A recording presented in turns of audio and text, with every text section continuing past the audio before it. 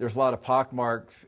It's interesting, the new fortifications built on the old, and they're everywhere. And there's been a lot of war here, so you can see a lot of, it's taken a lot. Here I'm just teaching a digital block and a nerve block to the Afghan physicians and some of the medics.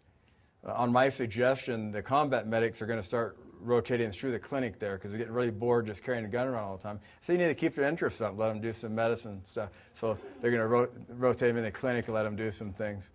This was the guy that invited me to come, and everyone was initially afraid to volunteer. Hey. And so he volunteered, and after that, the guy that did him, we made him volunteer because he had got to stick somebody. So they had to do nerve blocks on each other there, and there's not too much liability or legal things to worry about, fortunately. I tried not to screw up. This is right outside the hospital. It's a big bazaar that runs along the beautiful river, and it's kind of a wet day. Usually there's a lot more goods out. And this is eggs, expensive real estate, more people. We went to the French base to rescue a guy because he was dying out there, and his comrades were sure he was going to die. They worked for DEA and go all over the country. And there's still a shortage of medical people, and they don't trust the French as much as they do us, and they were sure he was dying out there. And so we made a quick run out one night. We got permission from security at the embassy to go out and help this guy. It turns out he wasn't as bad as we thought, but we still arranged for him to be evacuated. And this is our hooch on the embassy base, but it's more like a fort, and this is where we live when we're there. So, and that's it. So, I didn't want to get into that too much, but the guy actually that I said was a medical advisor was an ER nurse in the military. And he's making, a lot of the people over there making a lot of money. And there's all kinds of jobs for nursing overseas if you can find out the right websites and you want to do it. And that's part of the reason I wanted to mention it. And so if there's any questions about anything.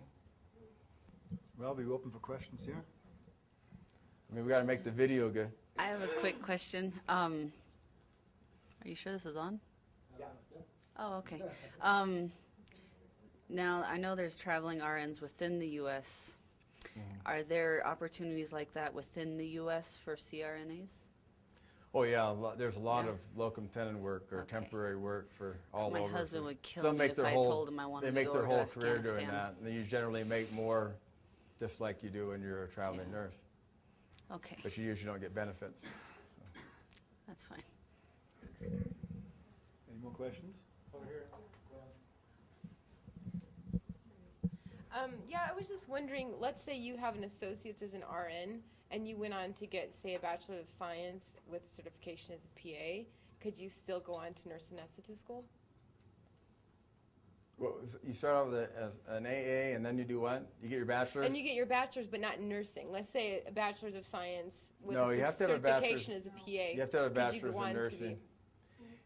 At the time when they created the American Association of Nurse Anesthetists, they thought really hard about not even being associated with nurses. But they decided in the end it was better for everyone to stick together. If they went the other route, then we might be more of an allied health like podiatry or optometry or even osteopathic medicine and have various routes. But since we are a certified registered nurse anesthetist, you have to be a registered nurse. And also with a bachelor degree because you have to build on the, I hope I'm right. You are right. Am I right? Yes, you are. Yeah, okay, thanks. I like being right sometimes. I have a question. Hold on. Among physicians, anesthesiologists have a very high rate of suicide. What do you know about nurse anesthetists? Well, I know, first of all, that it's not as high as psychiatrists, but that's neither here nor there. I suspect nurses are probably less. Some of the suicides relate to drug abuse. And there's been different theories about the abuse of narcotics by pharmacists, allied health people, and anesthesia. Anesthesia is the highest, followed by pharmacists and then others.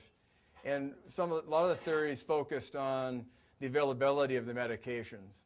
But there's been also some studies done focused on risk-taking And they tested a lot of students that were going into anesthesia versus business and a lot of other things, and they found that there was a high on some tool that they created that people going to anesthesia had a higher risk-taking index. And they also think that may be a factor. Sometimes they're willing to take a chance, then they get addicted. For example, one of our past presidents died. It wasn't listed as suicide, but it was an overdose of fentanyl. And she was very accomplished and still achieving a lot at the same time she was apparently, so I don't know, that could be a part of the suicide. I don't know otherwise if it's as high as the physicians. What is the liability insurance or malpractice insurance for a nurse anesthetist? Basically? I pay about $4,000 a year for a part-time policy that allows me just to do a minimal, like less than 20 hours a week if I moonlight outside my government job. But I think it's not real high, and it's not as high as it was for anesthesiologists. A lot of hospitals will cover you. We're covered by federal tort law. When you work for the government, some people still like to have additional insurance. Aren't they supposed to be even changing some of those laws now with Obama in there to where some of the costs of insurance is going to go down? That could be. I'm not familiar with initiatives that would change that. And even if they do have something like that, I'm skeptical that it's a guaranteed reduction in that, because there's so many factors that relate to the companies that cover that.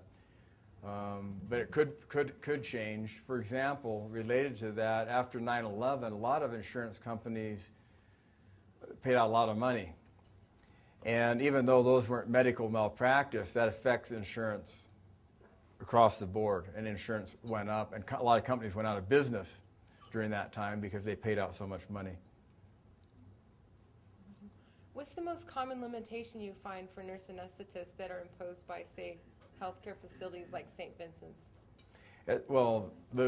St. Vincent's is a perfect example, because that's the absolute extreme. They don't allow nurse anesthetists to work there. Yes, we do. Whereas at Espanola, that's all they have. And let me elaborate.